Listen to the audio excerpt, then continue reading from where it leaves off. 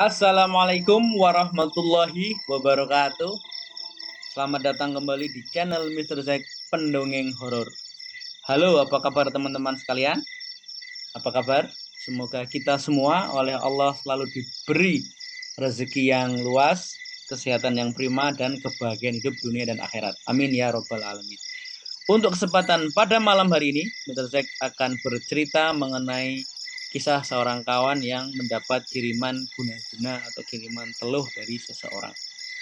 Tapi sebelum kita ke cerita, seperti biasa, Mr. Zack Pendongeng Horor ingin mengucapkan banyak terima kasih kepada kawan-kawan yang sudah sudi mampir, sudah sudi mendengarkan, yang sudah mendukung berkembangnya channel ini dengan cara like, share, komen, dan subscribe.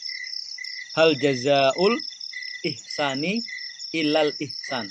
Tidak ada balasan atas satu kebaikan kecuali kebaikan itu sendiri.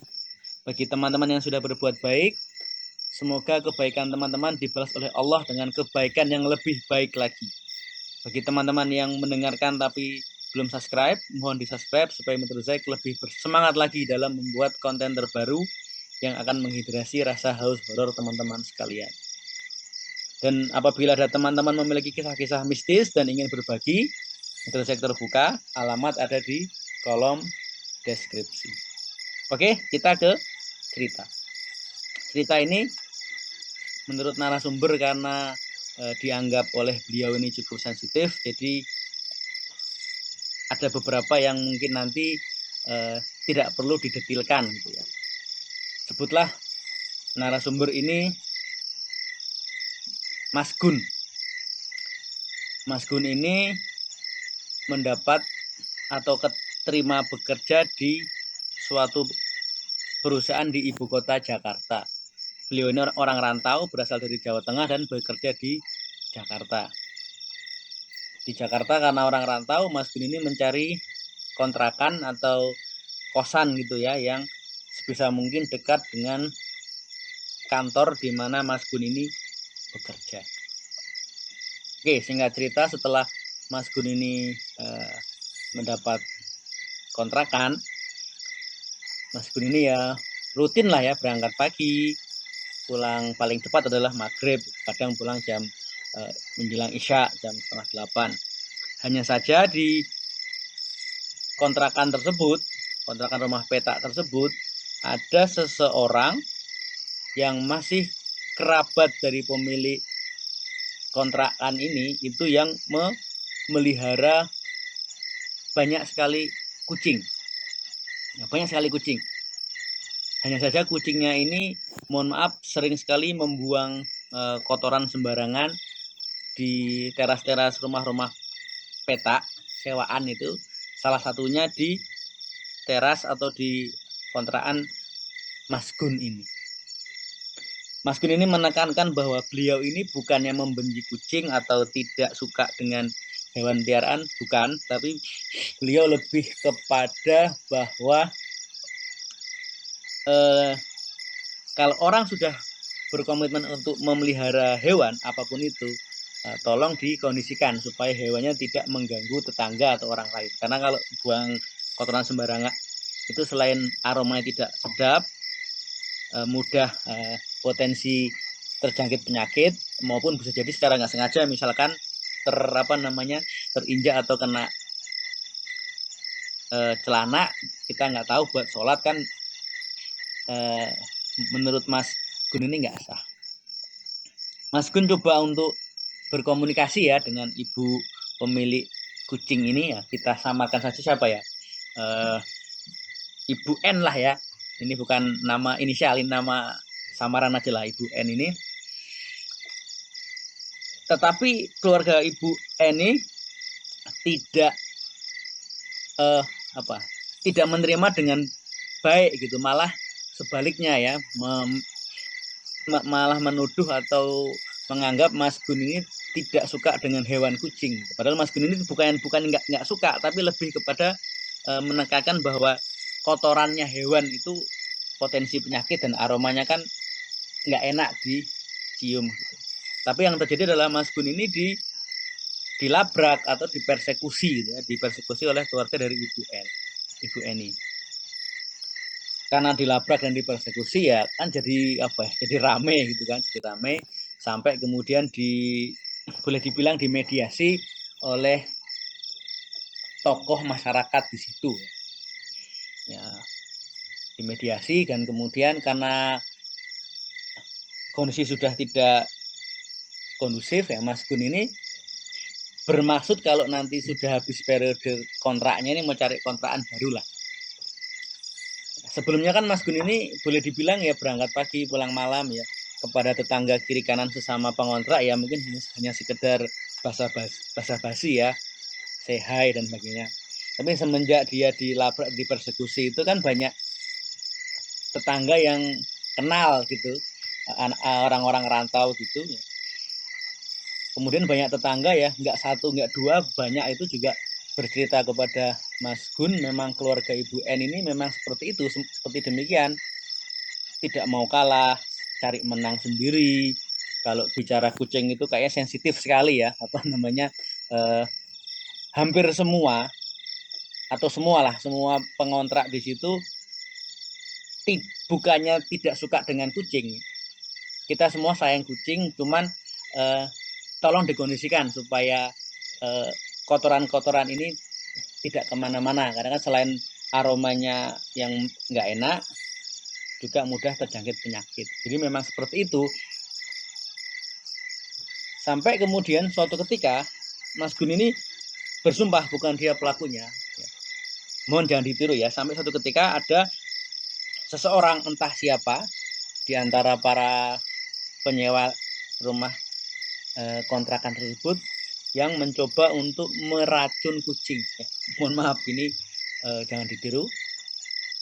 Dan keluarga Ibu N ini menuduh atau menduga pelakunya adalah Mas Gun. Padahal Mas Gun ini tidak melakukan, berani sumpah tidak melakukan. Dia berangkat pagi pulang malam ke Jakarta niatnya cari rezeki, bukan cari musuh, tapi ya dilabrak dan dipersekusi ya, karena sudah tidak kondusif tempat tinggalnya. Walaupun belum habis masa kontrakan, Mas Gun ini cari kontrakan baru gitu ya, cari kontrakan baru yang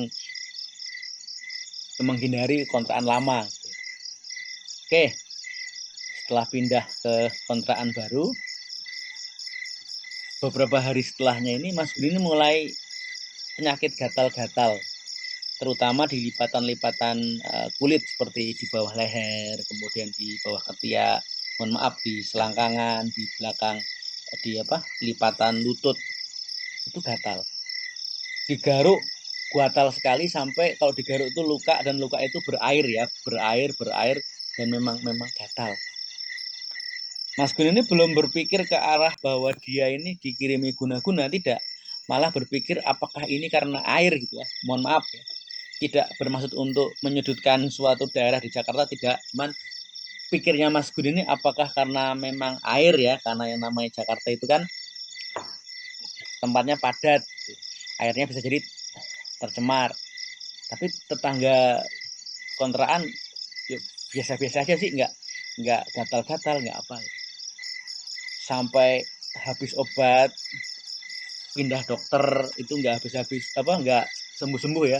Yang obat minum, yang obat oles, pindah dokter itu tidak berkurang, malah semakin gatal, semakin ya kalau digaruk itu sampai luka dan berair ya, bahasa Jawanya melenyek gitu. Sampai kemudian Mas Gun ini mengajukan cuti karena selain dia tidak konsen karena gatal-gatal, dan luka yang ditimbulkan luka ini menimbulkan aroma yang amis ya, aroma yang tidak sedap. Oke, karena sudah nggak tahan ini, Mas Gun ini kemudian bermaksud untuk curhat lah kepada orang tua di Jawa Tengah ya, telepon termasuk video call. Kemudian setelah beberapa saat gitu, ada kerabat dari Mas Gun ini telepon balik ke Mas Gun, teleponnya dengan video call gitu, cerita terus seperti apa lukanya, terus dari mana, apakah misalkan ya, apakah masuk ke kena banjir atau kena air apa kena kotoran kok gatel-gatel ya. Mas Gun cerita kan dari awal ini ya nggak ada masalah, termasuk cerita bahwa ada kejadian seperti ini, dilabrak sama keluarga Ibu Eni sampai dia pindah ke kontrakan baru. Kerabatnya Mas Gun ini sepertinya tanggap gitu ya, atau dia paham dengan situasi yang terjadi. Beberapa hari kemudian si kerabat ini mendatangi Mas Gun di Jakarta.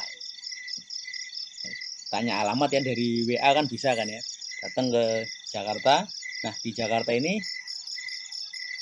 bersama 2 orang lelaki yang Mas Gun ini belum kenal.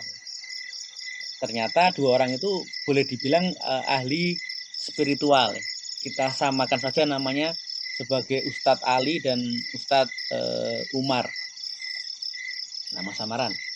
Setelah diskusi, setelah bincang-bincang, Ustadz Ali sama Ustadz Umar ini mencoba untuk meruqyah gitu ya. Meruqyah kalau memang itu adalah sakit medis, semoga oleh Allah segera disembuhkan, diangkat penyakitnya. Apabila itu penyakit non medis juga semoga disembuhkan, semoga segera diangkat ya.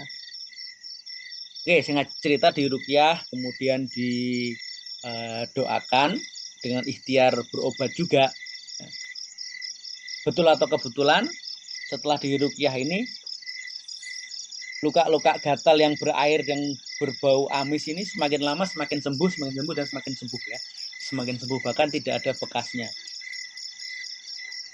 Sebelumnya ini dikasih obat, kasih obat minum ini malah semakin parah. Ini diobati, alhamdulillah dengan izin Allah semakin sembuh dan semakin sembuh. Nah, suatu ketika Mas Gun ini dapat telepon dari mantan tetangga di kontrakan yang lama kan, mantan tetangga di kontrakan yang lama. Nah, si mantan tetangga itu cerita setelah Mas Gun ini pindah kontrakan, keluarga Ibu Eni ini mendatangi kamarnya Mas Gun. Padahal itu kan kamar kosong ya, karena belum laku dikontrakan orang. Di situ lama gitu, orang melihat di situ lama. Apakah menanam sesuatu bulu sihir atau apapun, bahwa alam bisawab, tapi di dalam kamar itu lama gitu, dipantau oleh tetangga kontrakan di kontrakan yang lama. Oke, kemudian akhir-akhir ini Ibu N ini kesehatannya menurun, bahkan terakhir diinfokan bahwa sudah tidak bisa turun dari tempat tidur, boleh dibilang seperti stroke gitu ya, sampai kemudian kurus ya, sangat-sangat kurus, tidak apa ya, boleh dibilang sakit yang sangat parah. Wallahu alam bisawab. Padahal Mas Gun ini tidak ada niatan untuk, kalau memang seandainya itu betul itu tenung atau santet, tidak bermaksud untuk mengembalikan ya, memang di ruqyah didoakan bahwa ya sudah dengan izin Allah sembuh gitu.